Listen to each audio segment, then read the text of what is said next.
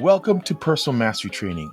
I'm your host, Alvin Brown, former world-class athlete turned entrepreneur and consultant. Join us as we learn from guests who have conquered their inner battles and share their journeys to success. Get ready for inspirational masterclasses and thought-provoking strategy sessions to fuel your path to personal mastery. Let's dive in. All right, so let's call this one, Are You Programmed for Greatness? Are you programmed for personal greatness? Here's what I'm getting at. I was watching the Super Bowl that just passed, Kansas City and San Francisco.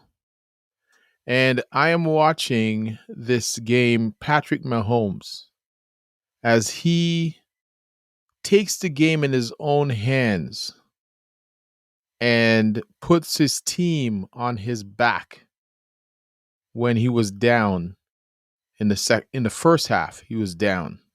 Things weren't looking great, but everybody kind of knew, leave it to him, have faith in him.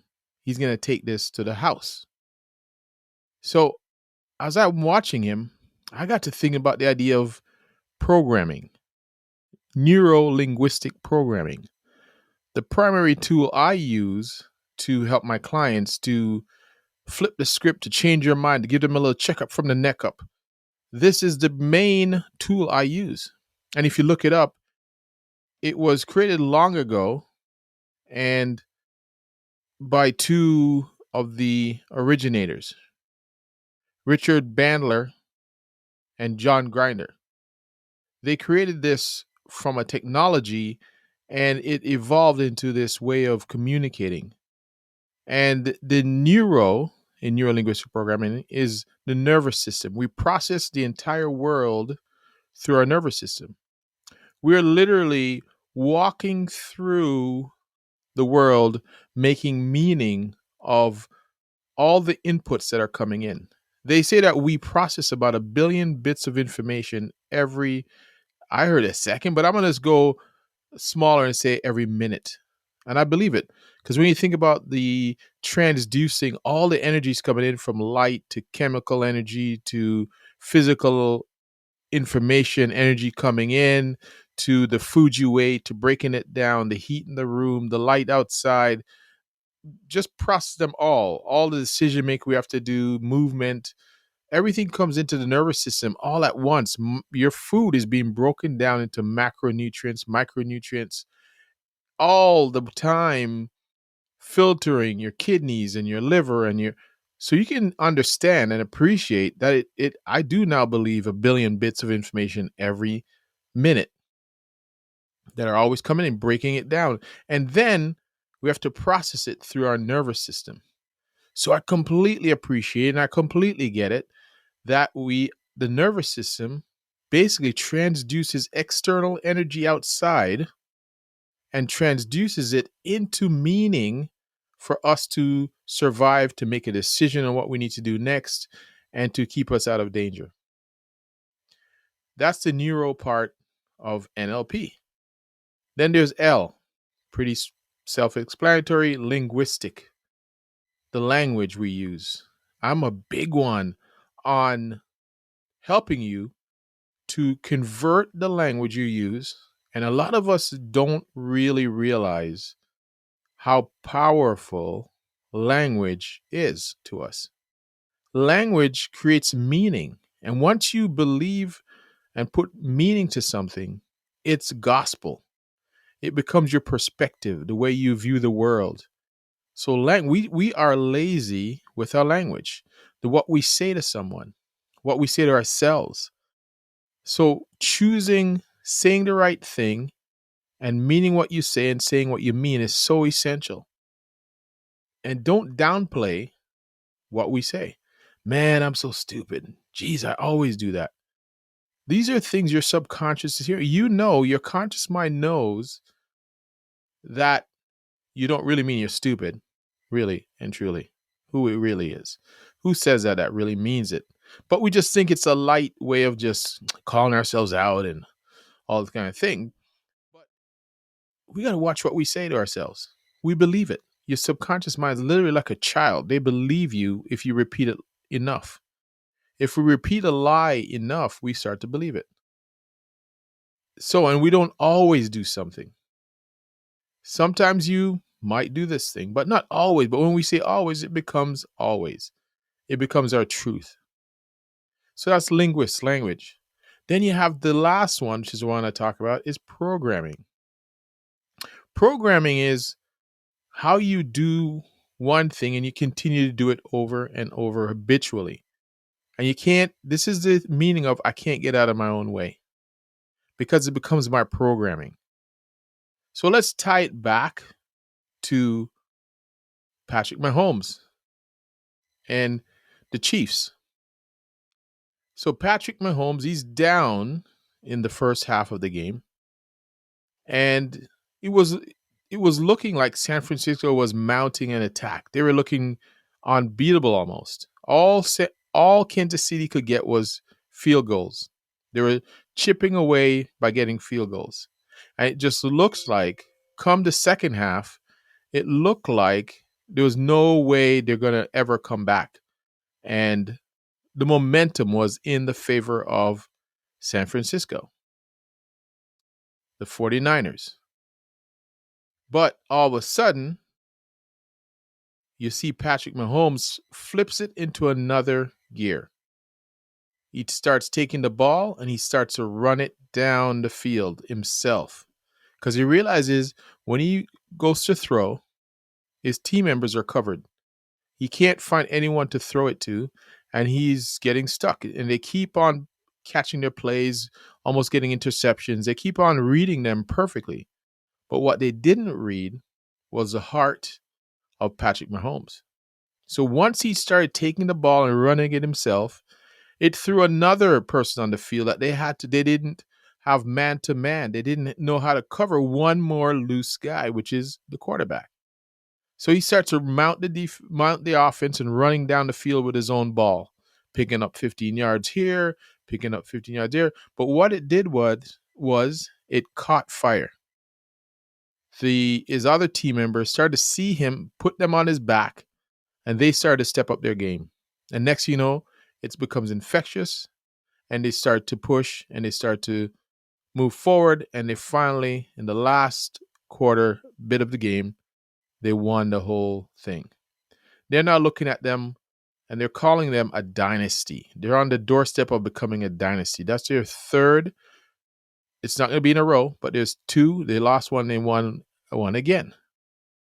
Next year, if they go all the way again, they're now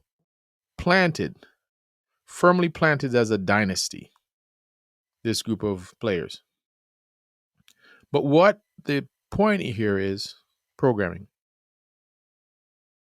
Patrick Mahomes, at some point in his play, decided, this is it. I'm not going to sit here. I'm not going to lose this game. I am programmed to win. So I'm going to take this ball and I'm going to run it in the end zone.